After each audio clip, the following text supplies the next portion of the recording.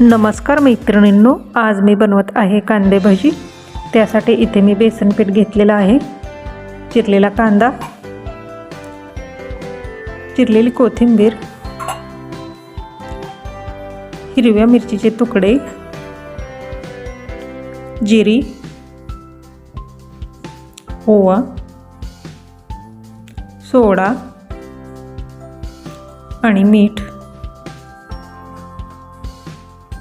आणि हे थोडं थोडं पाणी टाकत मिक्स करून घ्यायचं आहे।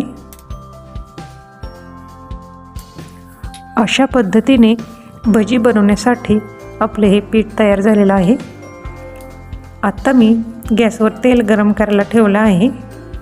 तेल गरम झालं की त्यामध्ये हे भजी मी सोडून घेणार आहे। भजी सोडून झाल्यानंतर भजी मंद आचेवर तळून घ्यायचे आहेत। भजी असे अधूनमधून हलवत राहायचं आहे, म्हणजे भजी आपले चांगले तळले जातील। जरासा लालसर कलर आला की भजी काढून घ्यायचे आहेत आणि भजी आपली तयार झाली आहेत।